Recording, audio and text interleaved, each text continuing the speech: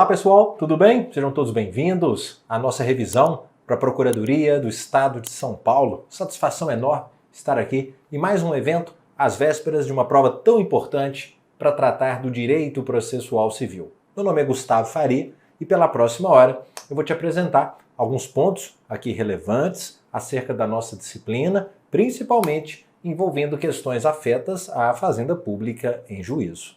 Veja, o primeiro ponto que eu vou destacar com vocês, pessoal, que diz respeito a uma importante decisão do Supremo em sede de controle de constitucionalidade, vai envolver a questão da competência nas ações envolvendo entes públicos. Vejam, eu quero uma análise aqui combinada dos artigos 51 e 52 do CPC. O artigo 51, ele vai tratar da competência nas ações em que a União Federal seja parte. O CPC, espelhando-se no artigo 109 da Constituição, lembra que se a União é autora de uma demanda, ela será, essa ação, proposta no foro do domicílio do réu. Por outro lado, se a União for ré, perceba que há aqui 4 foros concorrentes. O autor pode optar pelo foro do seu próprio domicílio, pelo local da ocorrência do ato ou do fato, foro de situação da coisa ou ainda no Distrito Federal. Bom, o que o Código de Processo fez no artigo 52 foi criar quase um espelhamento para as ações em que o Estado seja parte. O Estado e o DF, mas eu vou focar aqui na questão do Estado. Quando o CPC estabelece que, em sendo o Estado o autor, as ações serão propostas no foro do domicílio do réu, e, quando o Estado for réu, vejam, o autor teria, segundo a dicção desse artigo, 4 opções. Propor a ação no foro do seu próprio domicílio, no local da ocorrência do ato ou do fato, do foro da situação da coisa ou na capital daquele Estado. Assim, você percebe, pode então, por essa redação do CPC, um Estado ser demandado perante outro Estado. Tanto que o Código de Processo prevê a possibilidade de realização de convênios entre as procuradorias estaduais e do Distrito Federal, para que, por exemplo, a Procuradoria do Estado de Minas Gerais possa atuar em favor do Estado de São Paulo e vice-versa. Agora, vejam, esse dispositivo, importante dispositivo do artigo 75, parágrafo 4º, estabelece então em detalhes que os Estados poderão ajustar compromissos recíprocos para a prática de atos por seus procuradores em favor de outro ente federado, mediante a realização de convênio.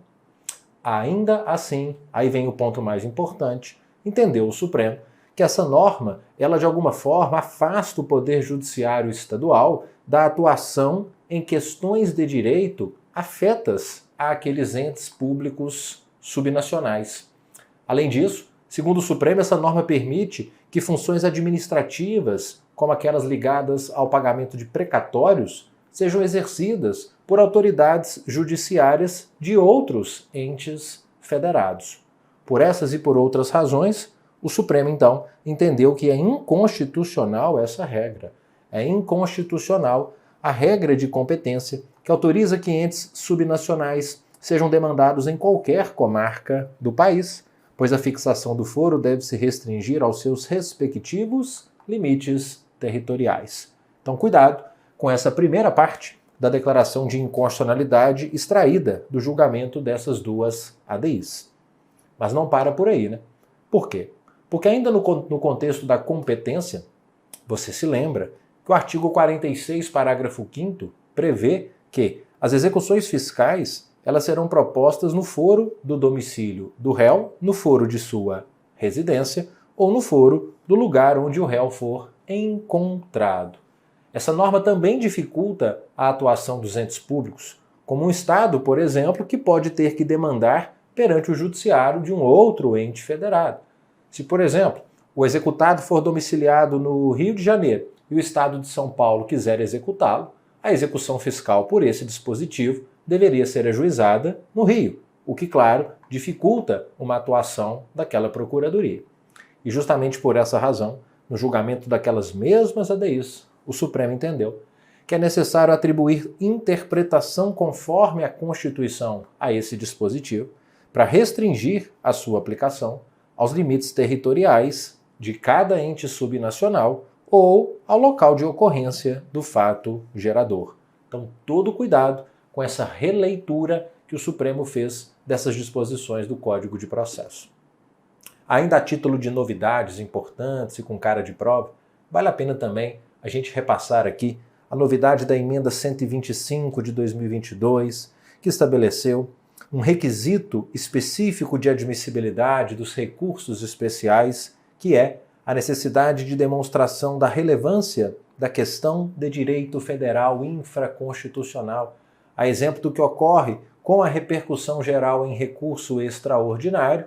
Não se esqueça, a Constituição passou a prever que, nos recursos especiais, o recorrente deverá demonstrar essa relevância para fins de admissão do recurso especial, e sendo que o STJ somente poderá dele não conhecer com base em pelo menos 2/3 dos membros do órgão que irá julgar o recurso especial. Então, ponto importante, mas algo que já vem sendo cobrado e ainda mais importante é o disposto no parágrafo 3º, que traz algumas hipóteses de presunção de relevância.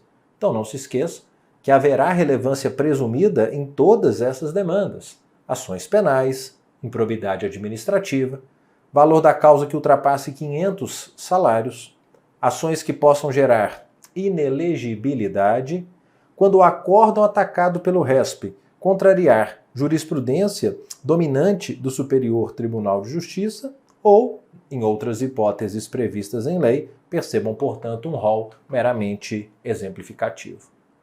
E para fechar, cuidado com uma questão de direito intertemporal relacionada à Emenda 125. Depois de muito debate, o Superior Tribunal de Justiça ele acabou decidindo que, a despeito de a própria emenda sugerir que os recursos especiais desde já interpostos precisassem demonstrar a relevância da questão federal, o STJ, em enunciado administrativo, entendeu que essa exigência só valerá para recursos interpostos contra acórdãos publicados após a data da entrada em vigor da lei regulamentadora que está prevista no artigo 105, parágrafo 2º. Então, sobre uma questão de direito intertemporal, essa emenda 125, no que toca ao requisito da relevância, ela só estará valendo, só será exigida essa demonstração a partir deste momento. Tá ok? Muito bem. Feitas essas considerações aqui, a título de atualização, eu queria tratar de um outro tema especialmente importante para a advocacia pública e especificamente destacado no seu edital, que é a questão envolvendo a intervenção anômala das pessoas jurídicas de direito público. Então, lá no ponto atinente às partes e procuradores, intervenção de terceiros, esse tema sempre relevante, que é a intervenção anômala das PJs de direito público, que também é chamada de intervenção especial, intervenção anódina, ou ainda assistência anômala ou assistência anódida, que nada mais é do que a intervenção de qualquer pessoa jurídica de direito público em demandas envolvendo quaisquer sujeitos, ainda que particulares, e independentemente da existência de interesse jurídico das pessoas de direito público, bastando um interesse meramente econômico para que essa intervenção se dê. Veja, esse tema está no artigo 5º, parágrafo único da Lei 9469 de 97, que lembra que as pessoas jurídicas de direito público poderão, nas causas cuja decisão possa ter reflexos, ainda que indiretos, de natureza econômica, intervir, independentemente de interesse jurídico, nessas demandas. A gente vai esmiuçar um pouco mais os outros detalhes desse parágrafo único. Mas, de início, fica essa lembrança da desnecessidade de interesse jurídico para que haja essa espécie de intervenção das pessoas jurídicas de direito público. Não é necessário o interesse jurídico, ou seja, não é necessário que a Fazenda ela tenha qualquer relação jurídica com uma das partes. Tampouco que a sentença a ser proferida possa de alguma forma atingir a sua esfera jurídica, bastando o mero interesse econômico. Observação importante.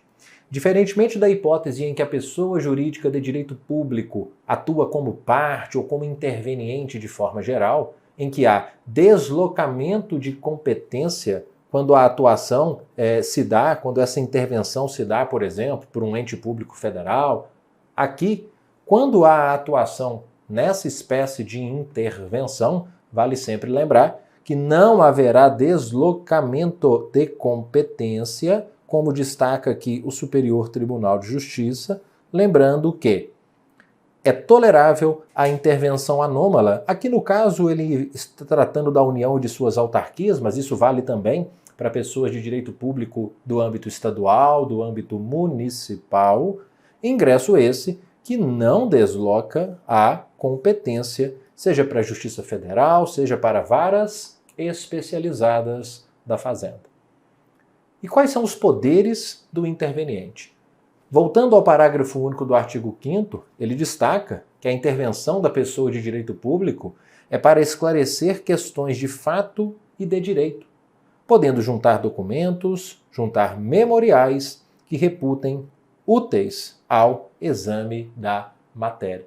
A Fazenda, portanto, poderá trazer alegações, poderá juntar documentos que reforcem a tese de uma das partes.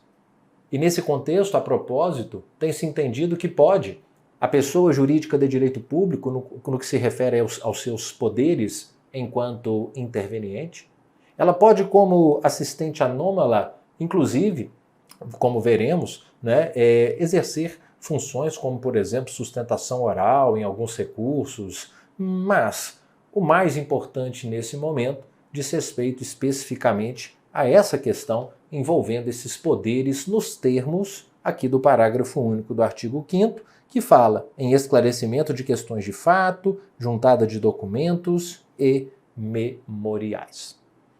E a propósito dos recursos, vale lembrar, quanto ao recurso pelo interveniente e a questão do deslocamento de competência, aqui a situação já é bem distinta, porque o artigo 5º, parágrafo único, destaca que se houver a interposição de recurso pelo interveniente, aí haverá um deslocamento de competência.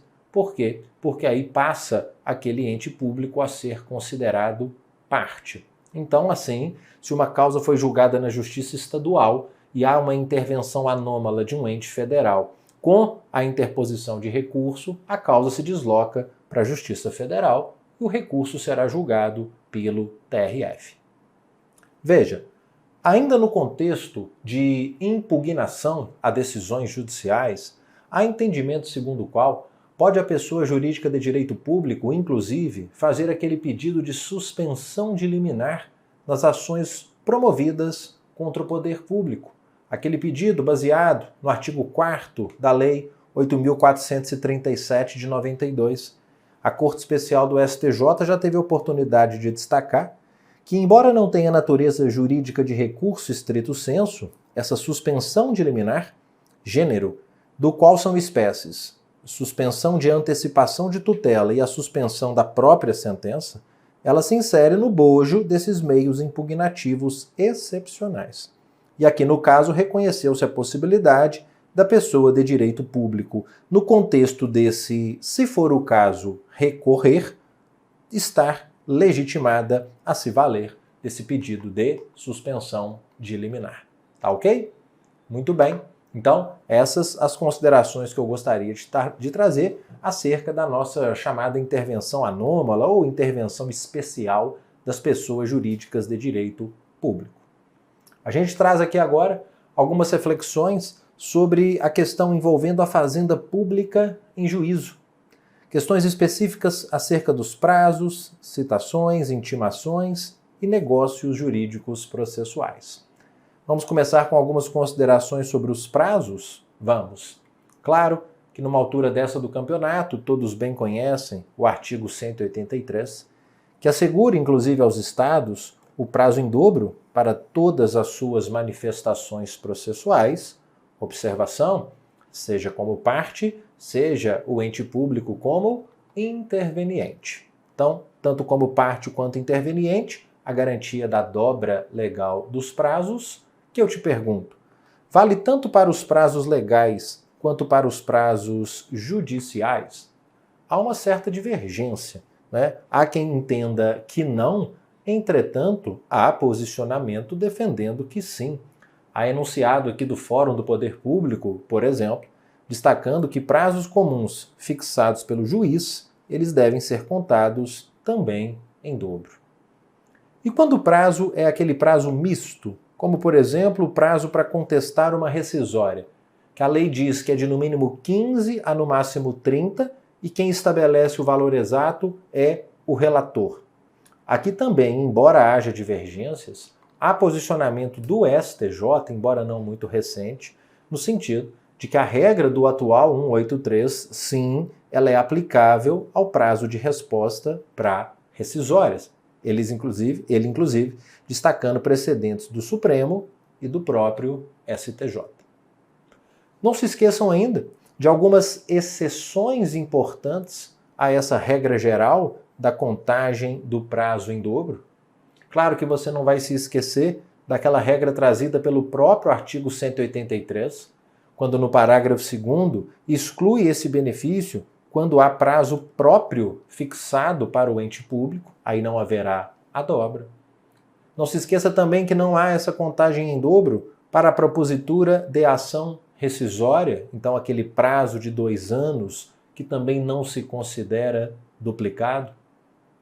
Outra hipótese em que não se aplica essa dobra legal, aqui no capítulo da ação popular, quando a legislação prevê um prazo de contestação de 20 dias, prorrogável por mais 20, o que se entende que também não recepciona a dobra do artigo 183.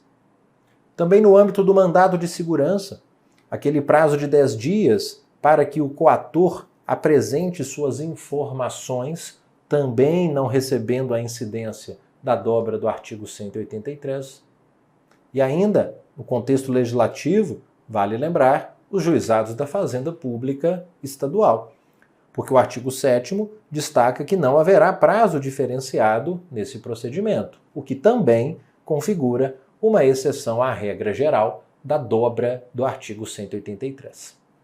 E por fim, saindo do plano legislativo e tangenciando a questão jurisprudencial, vale lembrar que o Supremo Tribunal Federal ele tem entendimento que afasta a aplicação desse artigo 183 no âmbito dos processos objetivos. Vejam, o STF reafirmou o entendimento de que a regra que confere o prazo em dobro à Fazenda não se aplica aos processos objetivos, ADIs, ADCs, essas ações regidas pela Lei 9868 de 99, já que, segundo o Supremo, o direito processual constitucional ele é um ramo autônomo, regido por princípios próprios, né, em que são afastados ali interesses meramente subjetivos, e nesse contexto afasta-se aqui a dobra do artigo 183.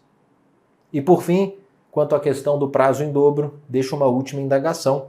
Será que são cumuláveis aqui as dobras previstas no artigo 183, sobre o qual estamos falando, com a dobra do artigo 229, que assegura prazo em dobro para litisconsortes com procuradores diferentes? Então, se eu tenho a Fazenda como ré e ela é litisconsorte passivo, ela tem um outro réu junto com ela, será que então a gente quadruplica o prazo? O STJ também já teve a oportunidade de destacar que essa cumulação ela é inviável. Então temos apenas uma dobra e não um prazo em quádruplo. Fechado? Muito bem. Feitas essas considerações sobre os prazos, eu quero agora algumas específicas sobre as intimações da Fazenda. Claro que muitos vão estar se lembrando que o próprio artigo 183, o que fala da dobra do prazo, lembra que esse prazo terá contagem a partir da intimação pessoal da Fazenda, intimação essa que se dá se o processo é físico, por meio de carga ou remessa. Se o processo é eletrônico, pelo próprio meio eletrônico. E aqui fica uma questão interessante da jurisprudência recente do STJ. Essa intimação por meio eletrônico, que como você sabe, ela se dá no portal próprio do PJE, àqueles que estiverem cadastrados, lá nos termos do artigo 5º da Lei da Informatização do Processo. E recentemente, o STJ entendeu que se não for feito o cadastro no sistema de intimação eletrônicos do Superior Tribunal de Justiça, será válida a intimação do ente público, ainda que ela se dê apenas pelo Diário da Justiça, o Diário da Justiça eletrônico. Veja, interessante julgado aqui do informativo 716, onde ele destaca: não há ofensa à prerrogativa da intimação pessoal, sobre a qual estamos falando, quando o ente público deixa de realizar o cadastramento no sistema de intimação eletrônica do STJ, sendo válida, nesse caso, a intimação pelo DJE, pelo Diário de Justiça Eletrônico. Fechado? E para encerrar, reflexões sobre as intimações, lembrem-se que aqui também no contexto dos processos objetivos, o entendimento do Supremo é de que não há a prerrogativa da intimação pessoal nas ações diretas de inconstitucionalidade.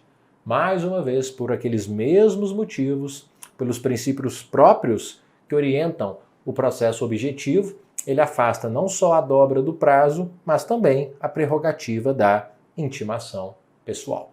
Então vejam, cuidados importantíssimos sobre prazos e intimações. E sobre a citação da Fazenda Pública. Bom, é lembrado, ou vale a pena lembrar, que a citação da Fazenda, nos termos do artigo 246, parágrafo 1º, deverá ser feita preferencialmente pelo meio eletrônico. Então a regra é uma citação preferencialmente pelo meio eletrônico. Ah, Gustavo, mas aqui está falando de empresas públicas e privadas. Não. O parágrafo 2º diz que esse parágrafo 1º também se aplica, por exemplo, aos estados. E sobre a citação pelo meio eletrônico, o que mais me interessa? O que mais me interessa é a mudança introduzida no CPC. Pela Lei 14.195 de 2021, lá no artigo 246. Então é uma novidade importante, eu quero detalhá-la com vocês, porque esse é um tema que me parece com grande probabilidade. O artigo 246, que passou a dizer, a partir da redação que lhe deu essa lei, que a citação será feita preferencialmente por meio eletrônico. Até aqui não inovou em nada. Primeiro cuidado, prazo para a citação eletrônica se realizar. Prazo de até 2 dias a contar do cite-se. E como que, segundo esse artigo 246, será feita a citação eletrônica? Atenção, por meio dos endereços eletrônicos indicados pelo citando no banco de dados do Judiciário, conforme regulamento do Conselho Nacional de Justiça. Esse regulamento a gente já encontra aqui na Resolução 455 de 2022, que estabelece aqui o chamado domicílio judicial eletrônico, que é um ambiente digital criado pelo CNJ para, entre outros objetivos, regulamentar essa nova redação do artigo 246. E segundo a resolução, olha aqui em cima, ó, esse endereço eletrônico a ser indicado pelo citando será, na verdade, o registro nesse domicílio judicial eletrônico, para o qual todos os tribunais do país deverão começar a enviar as citações daqueles que estiverem devidamente cadastrados. E os entes públicos têm ali também uma obrigação de cadastro. Então há uma tendência que a médio ou longo prazo todas as citações comecem a se dar efetivamente pela via desse ambiente digital, que é o chamado domicílio judicial eletrônico. Para onde, atenção, será enviada a citação eletrônica, segundo o CPC, com orientações para confirmação do recebimento e um código de identificação do citando. Gustavo, enviada essa citação para o domicílio judicial eletrônico, qual é o prazo que a parte tem para confirmar a citação? 3 dias úteis a contar do recebimento. Do recebimento, leia-se, da data do envio da comunicação processual ao domicílio judicial eletrônico. Mas e aí? Como é a contagem do prazo, caso haja confirmação e caso não haja confirmação? Vamos lá. Primeiro, confirmado o recebimento da citação, a gente vai perceber que existe agora uma nova diretriz lá no artigo 231 do CPC, que fala sobre contagem de prazo, e que diz que, caso confirmado o recebimento do e-mail, da citação por esse e-mail eletrônico, o começo do prazo, o dia do começo do prazo, será o 5º dia útil seguinte a essa confirmação. Então, se a parte ela confirma o recebimento da citação na segunda-feira, o 5º dia útil seguinte, então, terça, quarta, quinta, sexta, segunda-feira da outra semana, será o dia do começo do prazo, o qual, a propósito, tem que ser excluído da contagem, né? Nos termos do artigo 224. E aí, então, eu começo a contar no dia útil seguinte. Gustavo, mas e se a parte não confirmar o recebimento? Eles vão colocar na sua prova que, então, a parte será considerada revel ou qualquer outra consequência. Cuidado. Se a parte não confirma o recebimento da citação eletrônica, ela será citada pelas vias, vamos chamar, tradicionais. Pelo correio, por oficial de justiça, pelo escrivão ou pelo chefe de secretaria ou por edital. Agora, cuidado, né? Para que não se estimule a não confirmação, para que isso faça com que o réu ganhe tempo, né? O legislador prevê que, quando isso acontecer, na primeira oportunidade que ele tiver de falar nos autos, ele deverá apresentar uma justa causa para não ter confirmado o recebimento. E se ele não apresentar essa justa causa, ou se ela for recusada, isso será considerado ato atentatório à dignidade da justiça. E qual é a multa aplicável nesse caso? De até 5% sobre o valor da causa. Então, muito cuidado com essa nova redação do artigo 246, dada pela Lei 14.195 de 2021.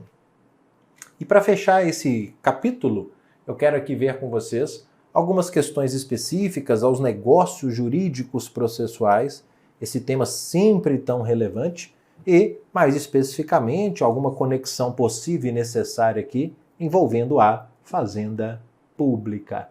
Muito bem.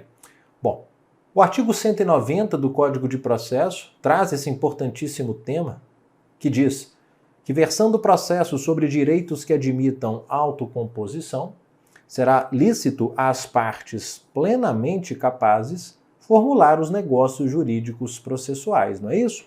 Estipulando mudanças no procedimento, convencionando sobre ônus, poderes, deveres.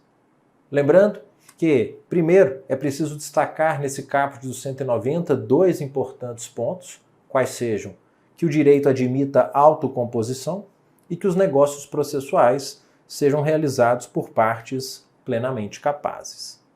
Depois, focar nas hipóteses de controle judicial das convenções processuais. O juiz poderá, obviamente, exercer o controle da validade dessas convenções e somente em três hipóteses ele poderá recusar aplicação aos negócios. Vamos relembrar? Primeira hipótese, em caso de nulidade, porque, por exemplo, nós tínhamos um incapaz celebrando aquela convenção. Segunda, na hipótese de inserção abusiva em contrato de adesão, ou ainda, se o magistrado entender que uma das partes se encontrava em situação de vulnerabilidade, como, por exemplo, um sujeito que firmou negócio processual sem estar assistido por um advogado, enquanto as outras partes estavam devidamente representadas. E na conexão com a fazenda, vale sempre lembrar, hoje existe um reconhecimento unânime, eu diria, de que a fazenda pública pode, por que não, celebrar convenções processuais. Veja, mesmo que se trate de uma demanda versando sobre direitos indisponíveis, já que a eventual indisponibilidade do direito material não implica uma indisponibilidade sobre o processo. E a fazenda, ela pode, por que não, celebrar uma convenção processual, por exemplo, que disponha sobre formas de intimação pessoal, como sugere aqui esse enunciado do Fórum Nacional do Poder Público. Enfim, nitidamente, vê-se essa possibilidade, não só uma possibilidade, como efetivamente hoje percebe-se um estímulo a esse tipo de convenção.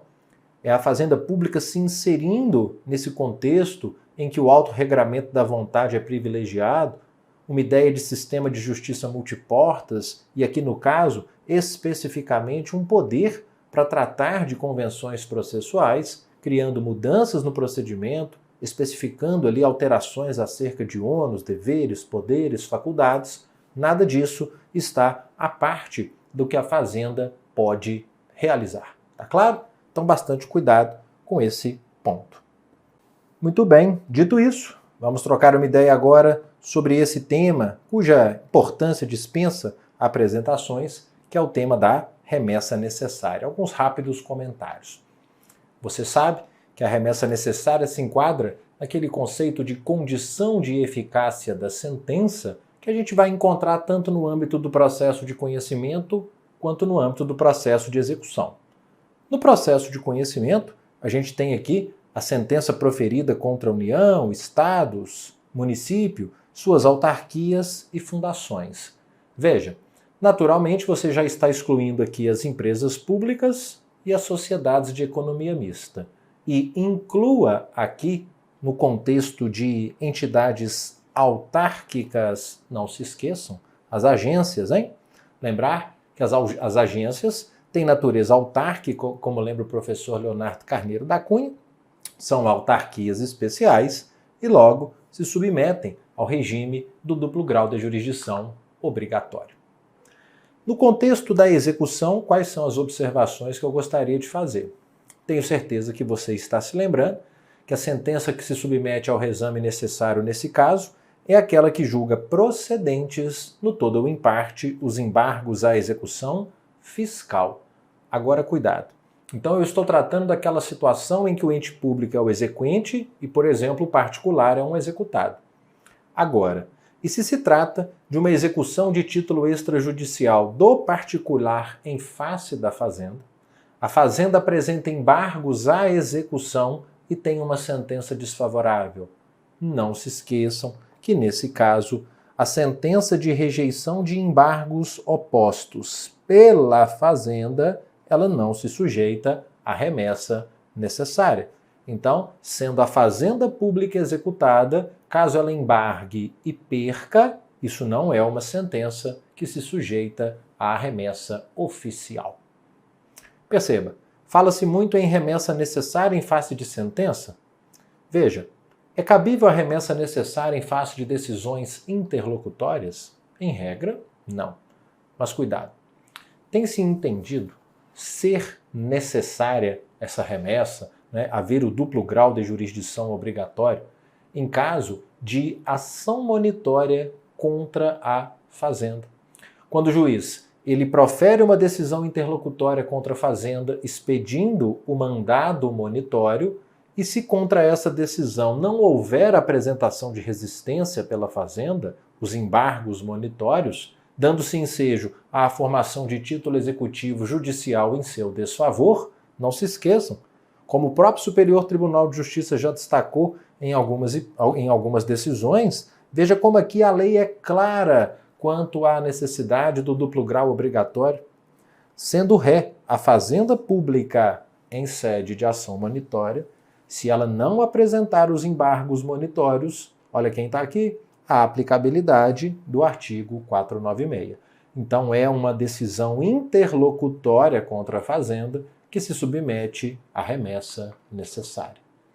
E mais, doutrinariamente, mas não só doutrinariamente, nós já temos inclusive questões de prova recente, questões, no caso específico foi uma questão do Sebrasp, mas que adota essa corrente, segundo a qual decisões parciais de mérito contra a Fazenda também se sujeitam ao regime da remessa necessária.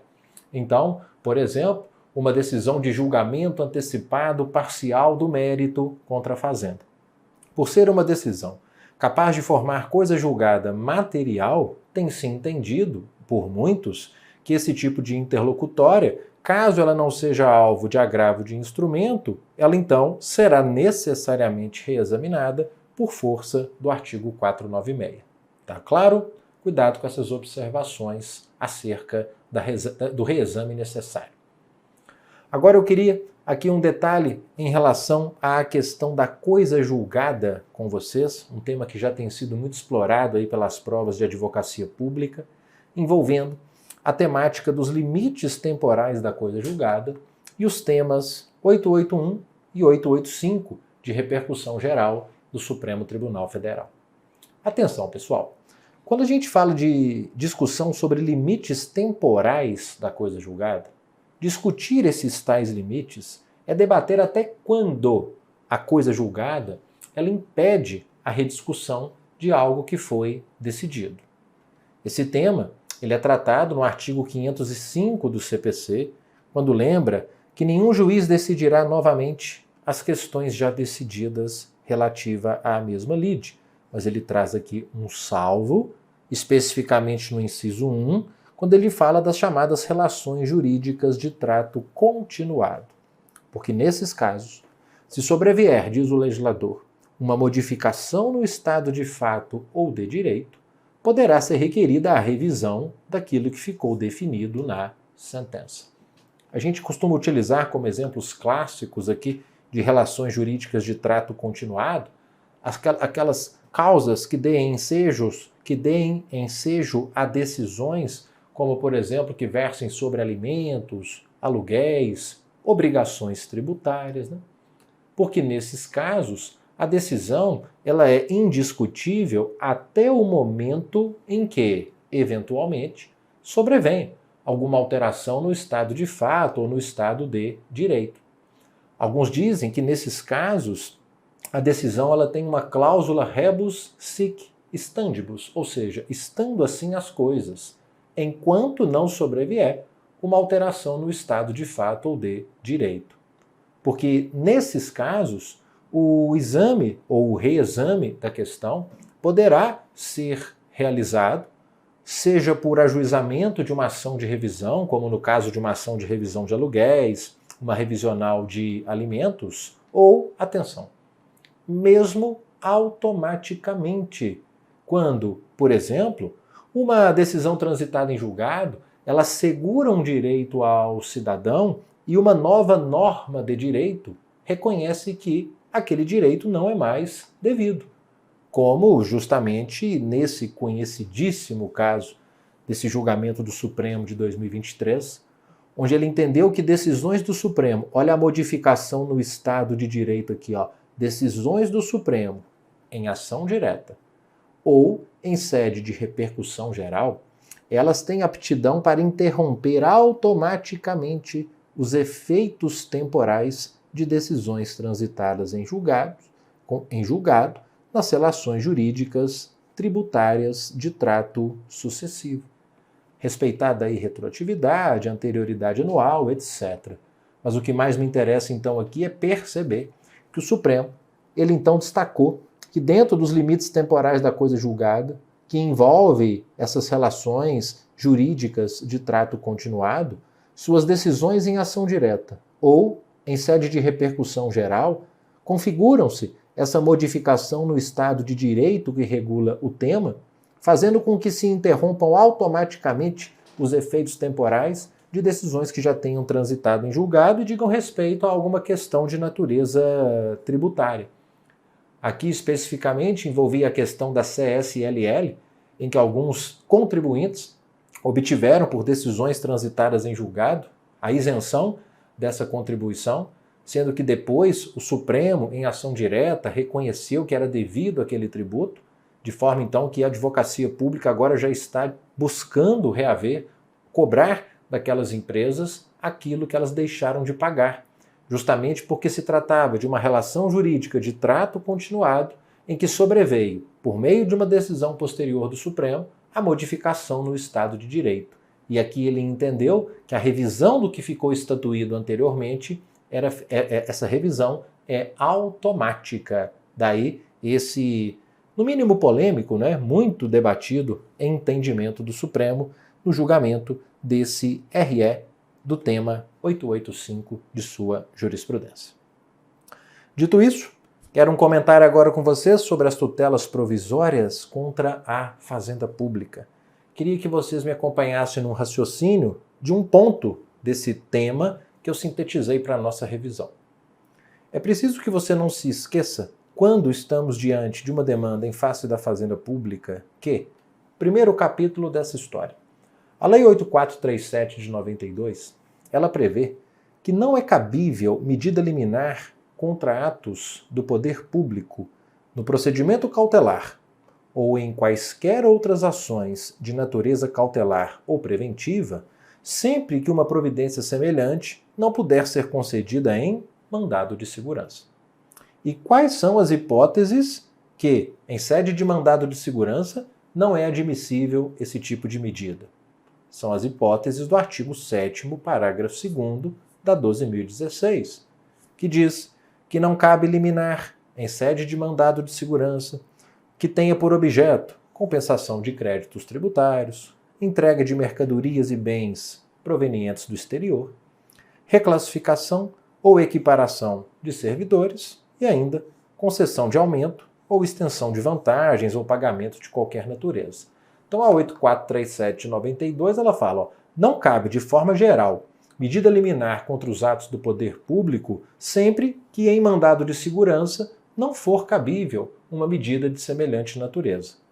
Essa é a primeira vedação da lei do mandado de segurança, que conta ainda com mais uma, a do artigo 22, parágrafo 2º, que estabelece que em mandado de segurança coletivo, a liminar ela depende de prévia audiência do representante judicial da pessoa de direito público. Entretanto, tema com muita expectativa de prova é o que o Supremo decidiu lá em 2021 e já foi cobrado, inclusive, no sentido da inconstitucionalidade desses dois dispositivos do slide anterior. O Supremo, entendendo que impedir ou condicionar a concessão de liminar caracteriza obstáculo a uma efetiva prestação jurisdicional, à defesa do direito líquido e certo da parte, reconhecendo, portanto, a inconstitucionalidade dos dois dispositivos anteriormente citados. Agora existe uma divergência. Se essa decisão do Supremo ela passa a permitir a tutela provisória contra a Fazenda apenas em mandado de segurança, ou se essa decisão do Supremo abre a possibilidade para que essas decisões sejam proferidas em qualquer outro procedimento. Veja, há quem entenda, primeira corrente, que essa decisão do Supremo Tribunal Federal restringiu-se ao mandado de segurança. O professor Leonardo Carneiro da Cunha, por exemplo, entende que, quando o Supremo afirma que a proteção constitucional ao direito líquido e certo e a garantia do amplo acesso à justiça justificariam a proclamação da inconstitucionalidade, ele estaria restringindo essa decisão aos mandados de segurança. Por outro lado, já há quem defenda, como aqui, por exemplo, o professor Gajardoni, que, em que pese o julgamento tratar de MS, é evidente que a ratio do precedente pode ser aplicada a qualquer limitação legal ao poder geral de cautela do juiz, inexistindo, portanto, doravante, impedimento legal para concessão de tutelas de urgência contra o poder público. Tá ok? É um ponto ainda delicado aqui na interpretação da doutrina. Gustavo, e o que a decisão do Supremo disse? Eu já li e reli o inteiro teor e não é possível chegar, de fato, a uma conclusão definitiva acerca desse tema. Tá bom? Outro ponto pelo qual eu não poderia deixar de passar nessa nossa revisão diz respeito a alguns aspectos envolvendo o cumprimento de sentença contra Fazenda. Tá certo? Vamos falar alguns pontos acerca desse tema, começando aqui pelo artigo 535 do CPC, que muitos conhecem, claro, que estabelece que no cumprimento de sentença contra a Fazenda, ela será intimada pessoalmente para em 30 dias e nos próprios autos impugnar a execução.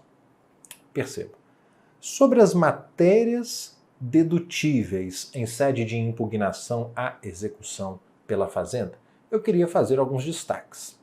Como, por exemplo, quando ela argue o chamado excesso de execução. Veja, Vale lembrar, pessoal, que arguido em defesa o excesso de execução, o parágrafo 2º do CPC, ele estabelece que, nessa hipótese, a Fazenda deverá declarar de imediato o valor que entende correto, sob pena de não conhecimento da arguição.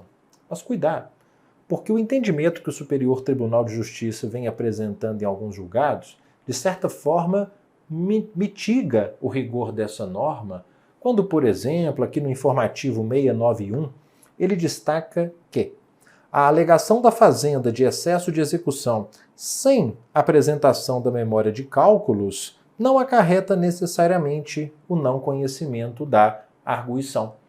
O STJ entendendo aqui que se o juiz pode, inclusive de ofício, remeter os autos à contadoria a fim de apurar eventuais incorreções, é razoável, segundo ele, a concessão de prazo para a Fazenda para que ela possa, então, apresentar em momento posterior essa planilha. Agora, o ponto mais importante do 535, no que toca às matérias de defesa dedutíveis pela Fazenda, diz respeito à questão da inexigibilidade da obrigação e às chamadas sentenças inconstitucionais. Veja, porque o 535, parágrafo 5º, um dos artigos mais polêmicos, do CPC, vou te explicar por quê, ele lembra que, para efeito do disposto no inciso 3, o inciso 3 é o que prevê essa matéria de defesa, a inexigibilidade da obrigação, considera-se também inexigível, não é a única hipótese, mas é uma importante hipótese de inexigibilidade a que a gente tem aqui. A obrigação reconhecida em título executivo judicial, fundado em lei ou ato normativo considerado inconstitucional pelo STF, ou fundado em aplicação ou interpretação de lei ou ato normativo, tido pelo Supremo como incompatível com a Constituição, seja em controle concentrado, seja em controle difuso. Então, o que o Código está permitindo aqui é, de fato, uma relativização da coisa julgada material em sede de cumprimento de sentença. Por quê? Porque o legislador permite que, na fase de cumprimento de sentença, a Fazenda Pública, com uma decisão já transitada em julgado em seu desfavor, alegue que aquela decisão transitada em julgado é uma decisão inconstitucional, porque ela está fundada em uma lei ou em um ato normativo que, por exemplo, já tinha sido declarado inconstitucional pelo Supremo antes do proferimento daquela decisão. Então, o Supremo, em 2022, declara a inconstitucionalidade de uma norma. Em 2023, um juiz julga com base nessa norma. Se essa decisão transita em julgado, você então poderá, lá na fase de impugnação ao cumprimento de sentença, arguir a inexigibilidade da obrigação sob o fundamento de que aquela sentença é uma sentença inconstitucional. Agora, muito cuidado porque perceba a cronologia que eu te apresentei. O Supremo declarou inconstitucional a norma em 2022 e a decisão proferida contra a Fazenda é de 2023. Eu digo isso, peço o seu cuidado, peço a sua atenção, porque o parágrafo 8º do 535 lembra que, se a decisão do Supremo ela for posterior ao trânsito em julgado da decisão exequenda, aí já caberá ação rescisória e o prazo da rescisória, a polêmica reside aqui. Ele terá início do trânsito em julgado da decisão do Supremo Tribunal Federal. Em outras palavras, o que o Código está dizendo é que, se, por exemplo, eu tenho aqui em 2024 o proferimento de uma decisão por um determinado juízo da Fazenda e essa decisão tem por base a Lei X, se em 2037 o STF declarar aquela Lei X inconstitucional, caberá, segundo esse parágrafo 8º, ação rescisória, só que o prazo de 2 anos da rescisória será contado do trânsito em julgado da decisão do Supremo. Então seria aqui até 2039, em segurança jurídica total nesse caso, É bem verdade que o Supremo ele já tem ali uma proposta de tese para dar interpretação conforme a Constituição esse dispositivo, não é algo que já tenha sido aprovado, mas tudo leva a crer que o Supremo ele vai dar uma interpretação a esse dispositivo que favoreça a segurança jurídica e não propicie essa rescisória aí ser proposta, né, depois de tantos e tantos anos. Tá claro? Ultrapassada essa discussão sobre a impugnação ao cumprimento de sentença, vale lembrar que se não for impugnada a execução ou impugnada, forem rejeitadas as arguições da executada, com o trânsito em julgado da decisão que julga a impugnação, você sabe, temos aqui uma primeira situação de expedição de precatório. Cuidado! Expedição de precatório por intermédio do presidente do tribunal, e não como as questões colocam, expedição de precatório por intermédio do juízo da execução, é por intermédio do presidente do tribunal. E mais, lembrar que essa atuação do presidente do tribunal, que envolve o processamento e o pagamento do precatório, tem natureza administrativa e não jurisdicional. Veja, súmula 311 do STJ. Os atos do presidente, que disponham sobre processamento e pagamento de precatório, não têm caráter jurisdicional, têm caráter administrativo. E qual a repercussão processual prática importante disso? É que, por não ter caráter jurisdicional, o Supremo tem súmula entendendo que não cabe recurso extraordinário contra esse tipo de decisão, porque não se traduz, por meio dessa decisão, uma atividade jurisdicional, mas uma atividade administrativa. Tá bom? E qual o cuidado que eu te peço para a outra face da moeda? Qual seja, não impugnada a execução ou rejeitadas as arguições, teremos aqui a formação da RPV. Quanto à RPV, cuidado. Aí já é por ordem do juiz. Por ordem do juiz, o pagamento da obrigação de pequeno valor, cuidado, no prazo de 2 meses, tem decisão importante sobre isso, mediante depósito na agência de banco oficial mais próxima da residência do exequente. Também tem decisão importante sobre isso.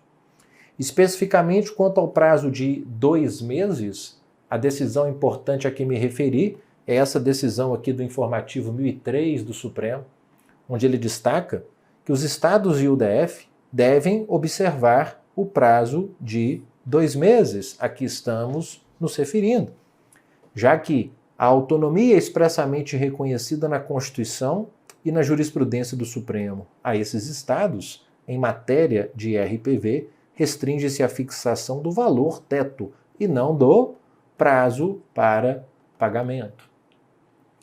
E no que toca, vou voltar ao slide, no que toca, vou até apagar tudo aqui, a essa questão de pagamento mediante depósito na agência de banco oficial, lembrar que o Supremo Tribunal Federal, no julgamento aqui dessa ADI, entendeu que é inconstitucional essa obrigatoriedade de, o que me interessa aqui no momento é, de valores de RPVs serem realizados somente em bancos oficiais.